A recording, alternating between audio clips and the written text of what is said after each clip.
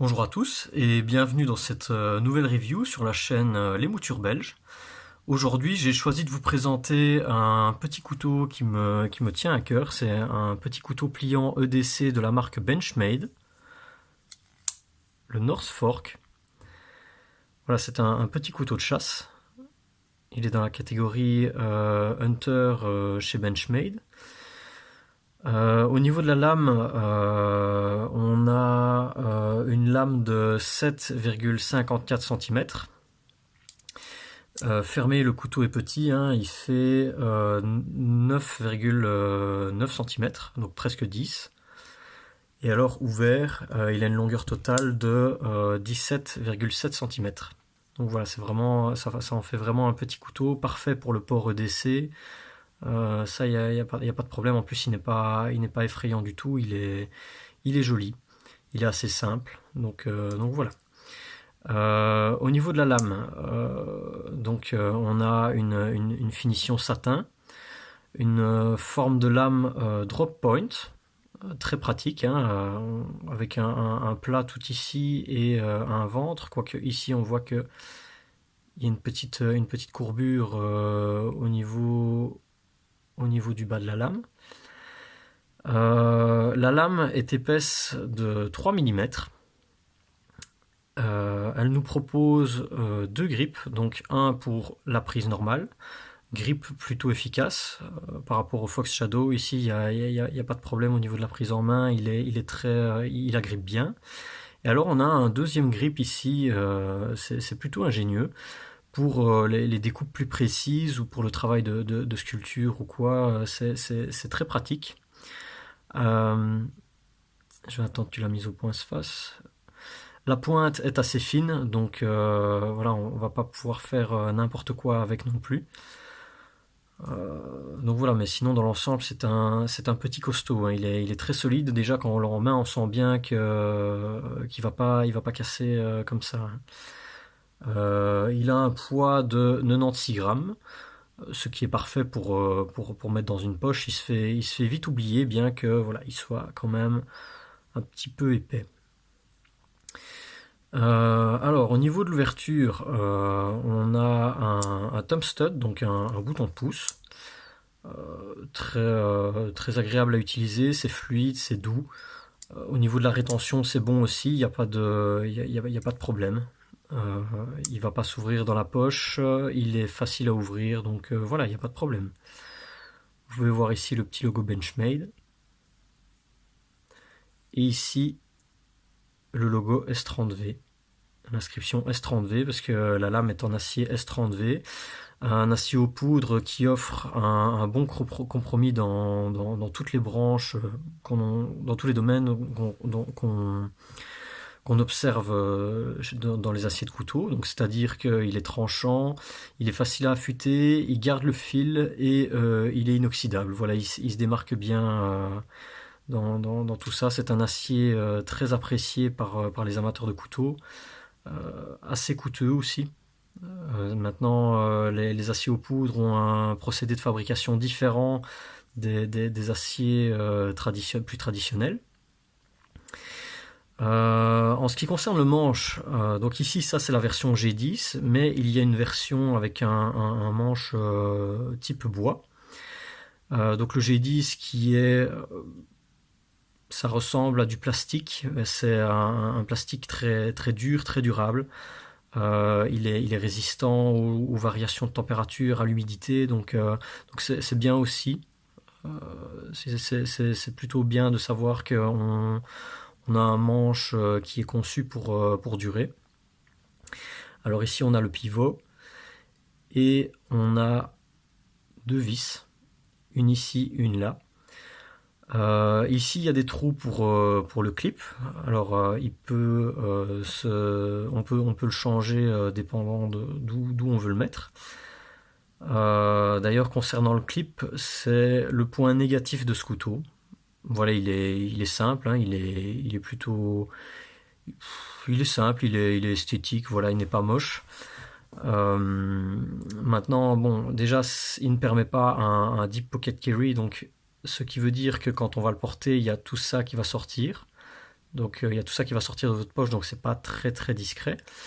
Et ensuite, le gros point négatif sur ce clip, c'est qu'il est très très rigide. Il est très rigide, il fait facilement il use facilement le pantalon, et puis quand on doit l'enlever de la poche, si on en a besoin ou quoi, c'est une horreur pour l'enlever, le remettre, on se fait vite mal aux doigts. J'ai pas compris pourquoi est-ce qu'on a fait un clip aussi rigide, c'est désagréable. Pour ce que le couteau est super dans l'ensemble, ça c'est vraiment désagréable. Donc voilà, la couleur est un peu, elle est originale, hein, c'est une nuance de gris, de noir, comme ça à la caméra on dirait qu'il y a un peu de bleu, mais c'est surtout gris, blanc et noir. Le manche à l'intérieur a des plaquettes ajourées, donc pour pouvoir alléger un petit peu le couteau. Voilà. Et alors au niveau du mécanisme de verrouillage, on a le fameux Axis Lock de chez Benchmade, donc très performant, très agréable à utiliser, c'est solide, il n'y a pas de problème. Et puis je pense que si jamais ça casse, ça peut se remplacer facilement. Pour ceux qui ne le sauraient pas, en fait l'Axis Lock c'est un petit bouton ici, une petite barre quoi, que je fais bouger ici comme ça, qui est relié à deux ressorts, donc un de ce côté-ci et un de ce côté-là. D'ailleurs, on le voit, je vais attendre, voilà. On le voit hein, juste ici, là où j'ai mon doigt, on voit le ressort. En fait, le ressort est relié quelque part ici dans le manche, et il permet une rétention du bouton, en fait. Voilà. Il permet une rétention du bouton, et en fait, l'arrière de la lame a une forme de sorte à ce que quand on le débloque, le bouton laisse s'échapper la lame. D'ailleurs, on le voit bien ici. Hein. Et alors, voilà, regardez. On va voir l'Axis Lock se verrouiller sur la lame. Hop, et alors là, ça bouge plus, il n'y a plus de problème, c'est très solide, c'est pourtant très simple, c'est solide, c'est ingénieux, et c'est très agréable à utiliser. Maintenant, à utiliser d'une main, c'est possible aussi, mais voilà, c'est plus simple. C'est plus simple de le fermer avec les deux mains, mais c'est possible de le faire avec une seule main. Ici, au niveau des plaquettes, on a encore un petit peu de grip pour la prise en main, j'imagine, oui, pour le grip, pour que ça tienne mieux en main. Si jamais on a les mains mouillées ou quoi, ça tient plutôt bien dans la main, il n'y a pas de problème. On a ici un trou pour la lanière qui est plutôt design, hein, ça continue. La ligne du couteau est assez simple, mais ça continue dans la ligne du couteau. Voilà, c'est rien de rajouté, ça fait partie des plaquettes, mais c'est très joli comme ça. L'ergonomie est plutôt bonne. Encore une fois, il est assez simple. Hein, il y a pas, c'est pas une, le manche n'a pas une forme de fou, mais il est très agréable à prendre en main. C'est pas un couteau fait pour les gros travaux. Maintenant, si on doit commencer à l'utiliser comme ça à répétition pour des petites tâches ou quoi, ou qu'on doit forcer un petit peu, on ne se fera pas mal. Il ne deviendra pas désagréable à l'utilisation. Voilà. C'est un couteau que je trouve parfait pour le port EDC. Maintenant, je ne le porte pas souvent, pour la bonne et simple raison que le clip ceinture troue les jeans. Et puis je dois chipoter pour l'enlever, pour le remettre, c'est chiant quoi.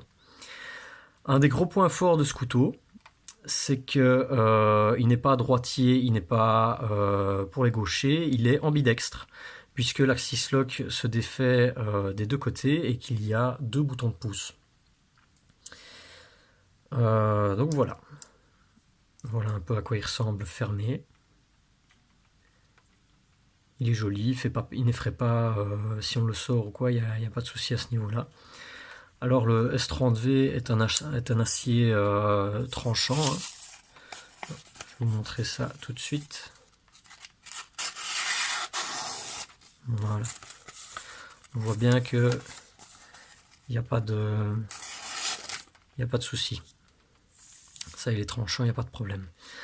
Alors, au niveau du prix, voilà, on connaît Benchmade à ce niveau-là. Ils ont des prix un peu exorbitants. Euh, il est bien fini. Voilà, c'est un couteau qui est bien fini, qui est solide. On peut compter dessus.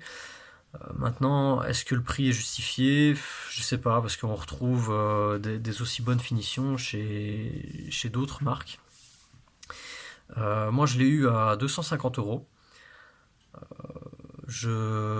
Ou peut-être un peu moins. Peut-être un peu moins, ouais. À peu près 200 euros. Maintenant, j'ai vu qu'ils faisaient des promotions dans le magasin où j'ai acheté. Et ils le font maintenant à 150 euros. Donc voilà. La version bois, je ne connais pas le prix. Maintenant, je sais qu'il existe une version avec le manche en bois. Tiens, d'ailleurs, j'ai pas pensé pour vous le comparer à un couteau que vous connaissez peut-être. Le voilà à côté du Spyderco Native 5 Lightweight. Donc c'est la même taille, hein. Grosso modo c'est la même chose. Au niveau le tranchant du Native 5 est un petit peu plus court que le Benchmade, enfin ça c'est à cause du Finger Choil ici. Euh, Sinon voilà, voilà dans l'ensemble. Je vous laisse le regarder un petit peu sous différents angles.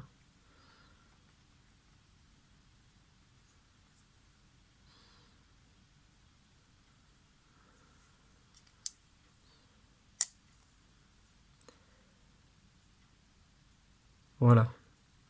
J'espère que cette review vous aura plu. Je reviens prochainement avec d'autres reviews de ma collection. Si vous avez des questions, n'hésitez pas à me les poser en commentaire et si vous avez des remarques constructives, n'hésitez pas non plus. Voilà, je vous souhaite une bonne continuation et à la prochaine. Salut!